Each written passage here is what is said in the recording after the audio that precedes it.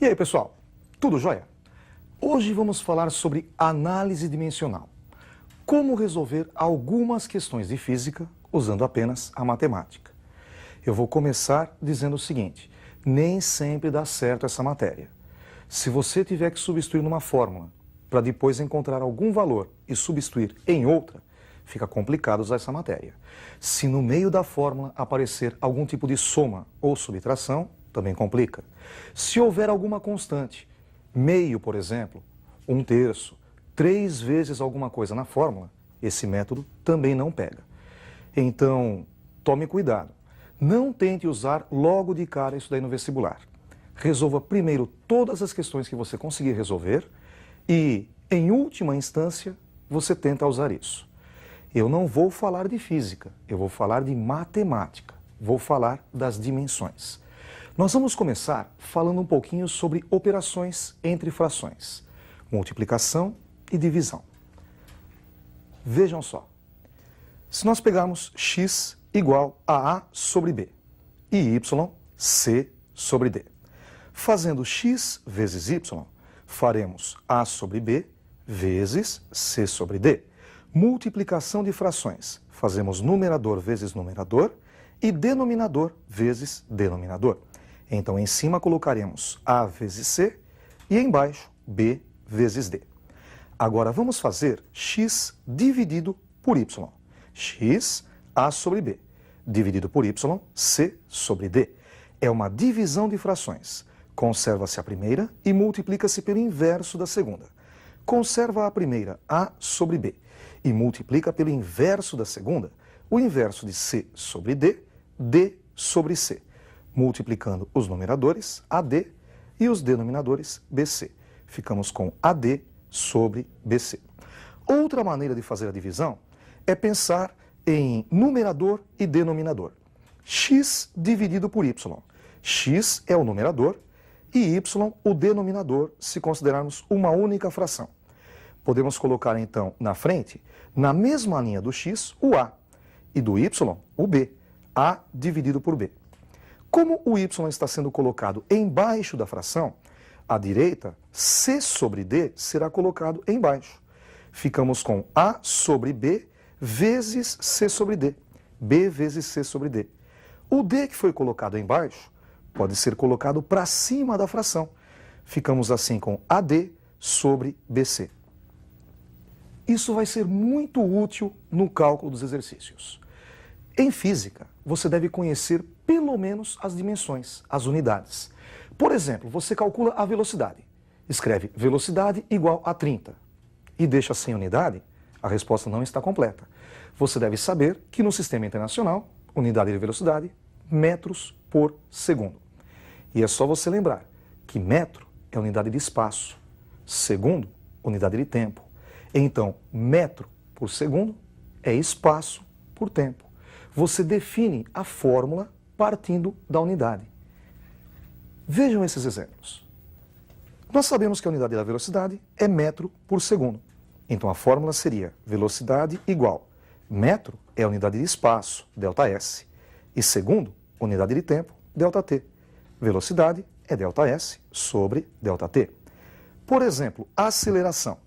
Unidade de aceleração, metros por segundo ao quadrado. Metro é a unidade de espaço, ΔS, e segundo de tempo, segundo ao quadrado, ΔT ao quadrado. Então, a aceleração é ΔS sobre ΔT ao quadrado. Outra fórmula interessante é da força. Unidade de força é o Newton. Você deve saber que 1 Newton equivale a 1 kg vezes metro por segundo ao quadrado. Quilograma é a unidade de massa e metro por segundo ao quadrado, aceleração. Então fazemos quilograma vezes metro por segundo ao quadrado, massa vezes aceleração. E a força é dada por massa vezes aceleração. Através das unidades, você pode definir algumas fórmulas. Agora, nos exercícios, você sabendo o que você quer encontrar, fica mais fácil calcular usando apenas análise dimensional. Vejam esse exemplo. Um motor refrigerado a água, cuja densidade é 1 grama por centímetro cúbico, e calor específico 1 caloria por grama vezes grau Celsius, circula o líquido à razão de 200 centímetros cúbicos por segundo. Essa é a vazão da água. Esta água sofre uma variação de temperatura de 40 graus Celsius. O fluxo médio de calor do motor para a água é de, notem pelas alternativas, 5.500 calorias por segundo, 6.000 calorias por segundo e assim por diante. O que ele quer saber? Quantas calorias por segundo o motor vai transferir para a água. Primeira coisa que você faz, marca os dados. Nós temos então a densidade, 1 grama por centímetro cúbico. Calor específico, 1 caloria por grama vezes grau Celsius. A vazão da água, 200 centímetros cúbicos por segundo. E delta θ, a variação de temperatura, 40 graus Celsius. O que nós queremos encontrar? Quantas calorias por segundo o motor transfere para a água? Vamos chamar de X calorias por segundo. Então, na resposta, deve aparecer caloria como numerador e segundo como denominador da fração. Nós começamos procurando nos dados aonde aparece caloria. Vejam que no calor específico da água, nós temos 1 caloria por grama grau Celsius. Então, colocamos um traço de fração. Em cima desse traço de fração, vai 1 caloria.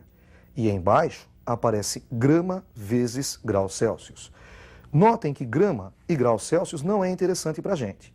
Então, a gente vai ter que dar um jeito de sumir, por exemplo, com este grama. O grama está embaixo. Para cancelar, basta colocar outro grama em cima. Então, vamos procurar nos dados aonde tem grama. Olha lá na densidade, 1 grama por centímetro cúbico. E se você pensar na densidade como sendo uma fração, 1 grama é o numerador desta fração. Encaixa direitinho. Então, nós colocamos na frente do calor específico 1 grama em cima e centímetro cúbico embaixo da fração. Notem que agora o grama de cima pode ser cancelado com o grama de baixo. Ficamos com 1 caloria vezes 1, dividido por graus Celsius vezes centímetro cúbico. Devemos agora, por exemplo, sumir com o centímetro cúbico. Para cancelá-lo, como ele está embaixo, devemos colocar outro em cima. Onde aparece centímetro cúbico? Olá, na vazão, 200 centímetros cúbicos por segundo. Como na equação o centímetro cúbico está embaixo e na vazão ele está em cima, nós colocaremos 200 centímetros cúbicos em cima da fração e segundo embaixo. Cortamos agora centímetro cúbico com centímetro cúbico. Repare que o segundo apareceu sozinho. Para acabar, só falta sumir com grau Celsius. Ele está embaixo. Devemos colocar outro grau Celsius em cima. Onde tem grau Celsius? Na variação de temperatura, delta θ, 40 graus Celsius. Colocamos então em cima da fração e cortamos o grau Celsius de cima com o grau Celsius de baixo. Agora é só copiar os números. 1 vezes 1 vezes 200 e vezes 40 calorias por segundo. 1 vezes 1, 1 vezes 200, 200 vezes 40, 8.000. Resposta, 8.000 calorias por segundo. Alternativa D. Pois é, mas e a fórmula? Falta a fórmula. Vejam de onde ela aparece. Lembrando dos dados, densidade, calor específico, vazão e delta θ. E a primeira linha da resolução, x calorias por segundo igual 1 caloria sobre grama grau Celsius, vezes 1 grama por centímetro cúbico, vezes 200 centímetros cúbicos por segundo e vezes 40 graus Celsius. Basta fazer o contrário. A quantidade de calor do motor para a água nós chamamos Q, igual 1 caloria por grama grau Celsius. Da onde veio? Veio do calor específico, C.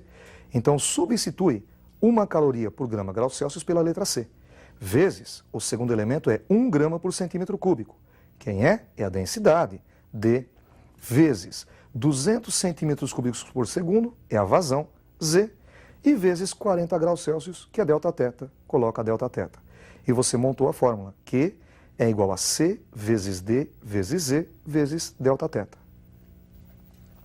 Reparem que eu resolvi a questão sem pensar na física.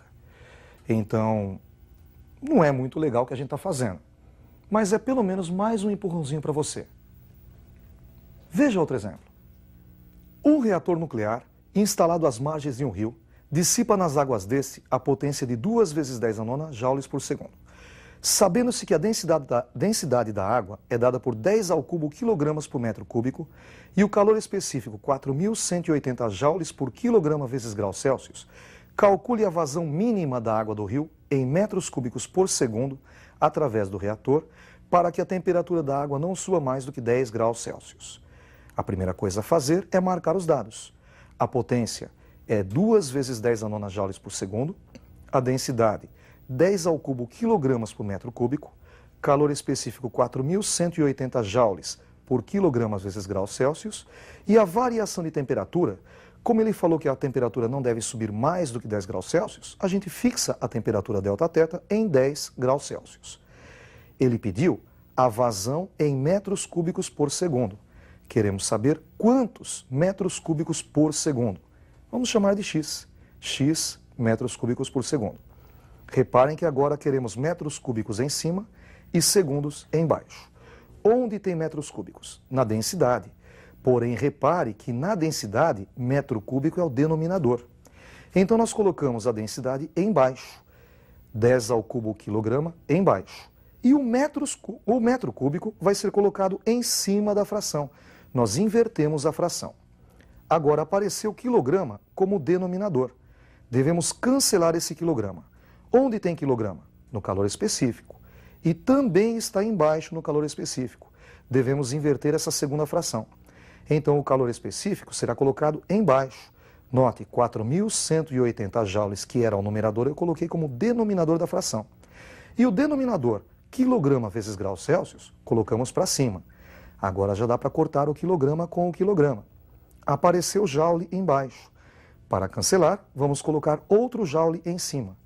Onde tem o joule? Olha lá na potência, 2 vezes 10 a nona joules por segundo. E ele já está em cima. Então, 2 vezes 10 a nona joules será colocado em cima. O segundo vai aparecer embaixo sozinho. Cancelando o joule, falta apenas cancelar o grau Celsius, que está em cima. Portanto, colocamos 10 graus Celsius embaixo da fração. Cortando graus Celsius com graus Celsius, basta copiar os números. 2 vezes 10 a nona e vezes 1, que nem precisa colocar, em cima. E embaixo, 10 ao cubo vezes 10, 10 à quarta. E com o zero do 4.180, 10 à quinta, ficamos com 418 vezes 10 à quinta. 10 à nona por 10 à quinta, 10 à quarta. Temos 2 vezes 10 à quarta por 418.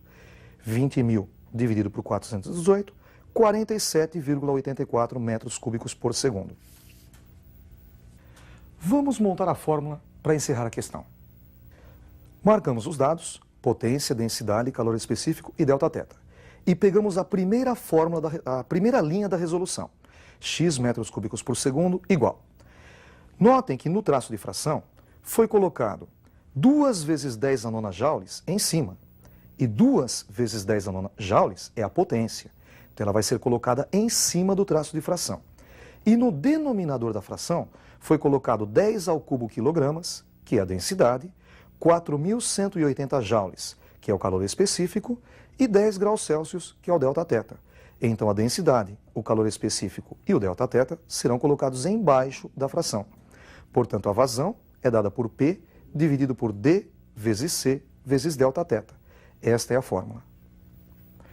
Espero que você, vestibulando, use esse método apenas como último recurso na resolução das questões de física e não como primeiro recurso.